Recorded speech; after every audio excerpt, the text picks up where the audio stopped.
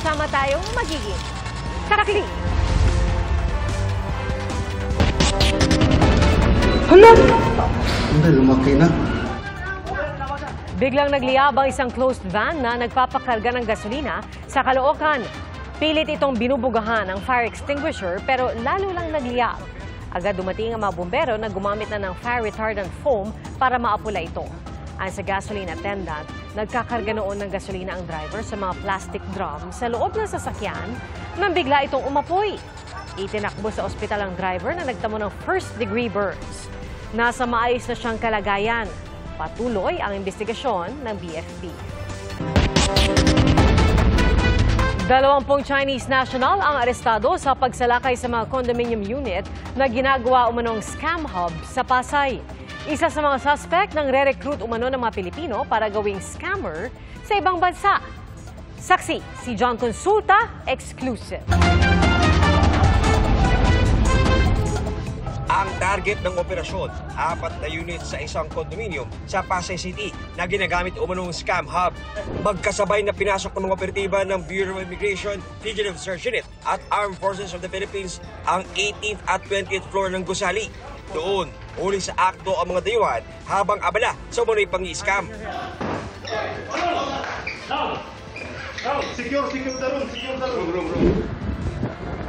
Sa isang unit, pumasok ang mga ahente sa maliit na bintana ng banyo. Pagpasok sa kwarto, nabis nilang may nagtatago palang Chinese sa ilalim ng kama. Sa gitna ng operasyon, may tumunog na alarm sa mga palapag ng mga Chinese na nag-o-operate umano ng scam hub. Ayon sa BI, ang diskarte raw ng mga Chino, nagsiset up sila sa living room para madaling madismantle at maitago. Based sa record check natin, karamihan sa kanila ay nasa alert list order na natin. So, ibig sabihin, dati na silang mga nagtrabaho sa Pogo companies before na iban natin yan. At dapat ay lumabas na sila ng bansa or na-issuehan na sila ng order to leave. Ngunit itong mga taong ito ay hindi sumunod. Pero bukod sa scam hub, may nahuli silang high-profile target na dayuhan na nasa likod umano ng pag-recruit ng mga Pilipino papunta sa ibang bansa para maging scammer. Usually, ang sinasabi nilang papasukan na trabaho ay sa mga BPO or as a call center agent. So, yun ang pagkakaalam ng ating mga kababayan at papangakuan din sila ng malaking sweldo. So, yun, i-assist din sila, tutulungan sila na makalusot sa airport. Doon pa lang, medyo red flag na yun pag sinabi sa kanila na tourist visa lamang yung kanilang gagamitin. Sa kabuuan, 20 Chinese nationals ang naaresto sa operasyon. Sasailalim sila sa malalimang investigasyon.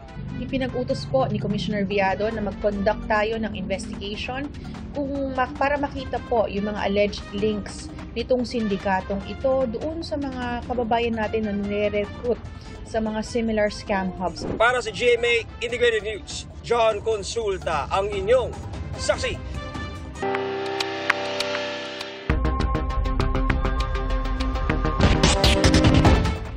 Multiple murder, serious illegal detention at iba pang reklamo ang inihain laban kay Charlie Atong Ang at 60 iba pa kaugnay po sa kaso ng mga nawawalang sabongero. Nagtungo rin sa Department of Justice si Julie Dondon Patidongan at ang kanyang kapatid na handa raw ilantad lahat ng kanyang nalalaman. Saksi, si Emil Sumangi. Nagtungo ngayong araw sa Department of Justice ang nasa 30 pamilya ng mga nawawalang sabongero. Ang pakay nila, mag-aay ng patong-patong na reklamo laban sa negosyanteng si Charlie Atong Ang at ang mga kasamaan umano niya sa tinatawag na Alpha Group. Ang kinasuhan po namin, siyempre yung aming talagang matagal nang hinala si Mr. Atong Ang, multiple murder po at saka serious illegal detention. Kabilang din sa mga reklamo ang enforced disappearance, paglabag sa Anti-Graft and Corrupt Practices Act, direct bribery, corruption of public officials, obstruction of justice at paglabag sa international humanitarian law.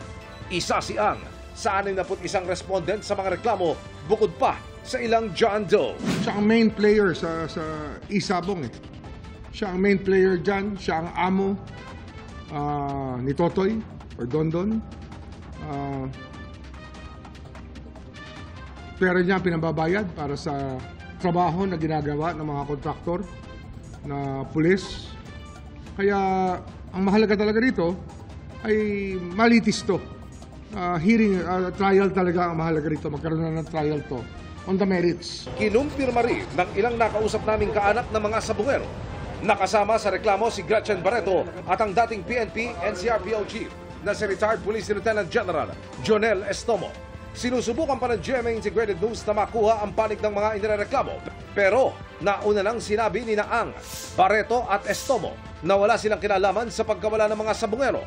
Kasama sa basihan ng mga reklamo ang salaysay ng akusado at ngayon whistleblower na si Julie Dondon Patidongan. Pati na ang mga kapatid niyang sina Jose at Ella Kim. Si Ella Kim ang sinabi noon ni Remulla na panibagong testigo na may totoong ebidensya sa mga kaso. Ang reliability niya ng kanyang testimony is foolproof in many ways because his picture appears sa isang ATM withdrawal na ATM ng isang missing sabungero. Mas mabigat pa dyan, na-witness siya rin na pagpatay.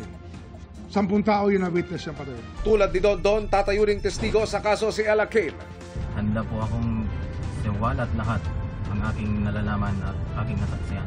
Kasama ni Ella Kim ang kapatid na si Dondon nang magpunta kanina sa DOJ, sakay ng bomb at bulletproof na sasakyan. Bago bumaba at umarap sa prosecutor, pinangalanan ni Dondon ang kanyang mga kakasuhan. 5 tong ano nito para major player nito sa missing sabungero. Itong si Atong Ang, Eric De La Rosa, Engineer Salazar, itong si kapatid niya, William Ang, lahat yan. Sino yung panlima? Isama ko na yan si Ma'am Gretchen Barreto. Dati nang iginiit ni Ang at Barreto na wala silang kaugnayan sa pagkawala ng mga sabungero. Sinisikap naming makuha sila ng panibagong pahayag, pati na ang iba pang mga tinukoy ni Patidongan. Sa aking panayam kay Ella Kim, inamin niyang siya ang lalaking nakuna ng CCTV na nagwi-withdraw gamit ang ATM card nang nawawalang si Melbert John Santos. Utos anya ito ng isang pulis. Binigay niya sa akin yung itim pero nung mga time na yon hindi ko alam na sa missing sabungero pala yung itim na yon. Nalaman ko na lang yon nung lumabas na ang balita. Gusto umano kasing malaman ng pulis kung magkano ang pumasok sa account ni Melbert na pinagsususpetsahang sangkot sa tsope o dayaan sa sabungan. Dapat check kung malaki bang laman, malaking kinita nila. Ayon kay Dondon, ang magiging pahayag ni Ella Kim ang bubuo sa kwento kung ano ang sinapit ng mga biktima. Alam niya buti to, nakarating to doon kung saan yung patayan. Nung hindi niya natin tinitingnan, natatakot na siya. Pinalaga naman ni Dondon ang pahayag ng PNP na mapapabilang sila sa panibagong mga kakasuhan. Umapela siya kay Justice Secretary Jesus Crispin Remulla na madaliin ang proseso para maisailalim siya sa Witness Protection Program. May kaso na ako, ba't kailangan pa nila ako kasuhan? Para saan? Yun ang malaking tanong ko. Kaya ngayon, kakausapin ko si Suji na pwedeng yun naman ang unahin, yung WPP ko. Tatakbo pa ng 1 taon yan bago ako malagay sa WPP. Matapos ang ilang taon, natutuwa ang pamilya ng mga nawawalang sabungero na muling umuusad ang kanilang paghahanap sa hustisya. Siyempre po, masaya kasi ito na po yung pagkakataon namin at saka iniintay matagal na po. Gusto ko lang po yung matutukan po itong kaso ng missing sabungero. Dahil sobra na po matagal. Yung 4 na taon na makahanap po namin ng hustisya. Para sa GMA Integrated News, ako si Emil Sumangi, lang inyong saksi. 17 oras na parking ban sa mga pampublikong kalsada sa Metro Manila. Isa po yan sa mga panukala ng DILG para maibsan ang matinding traffic. Saksi, si Joseph Moro.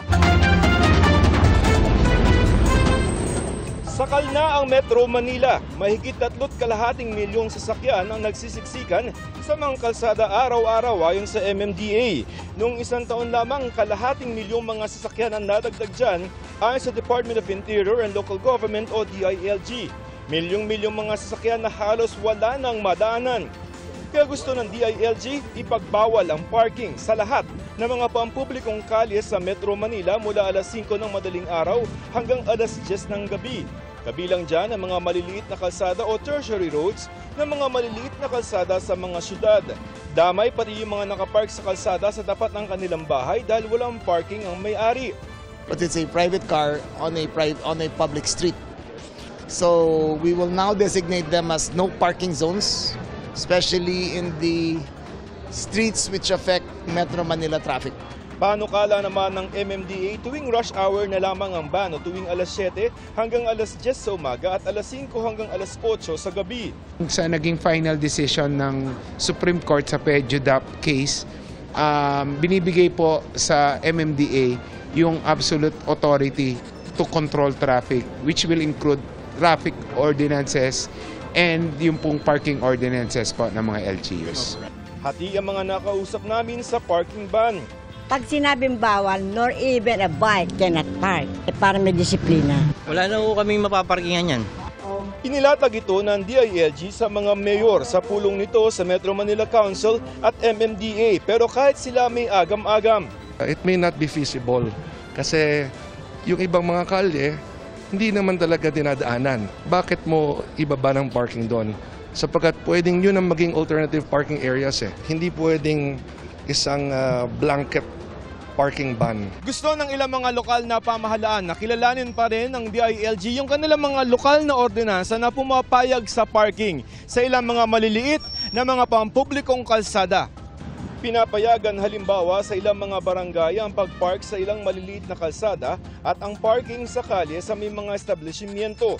It's within the power of the local government to determine alin sa mga kalye namin ang dapat absolutely no parking, alin sa mga kalye ang pwedeng one-side parking, alin sa mga kalye ang pwedeng paradahan halimbawa sa gabi. Merong mga commercial establishments, mga restaurants, no?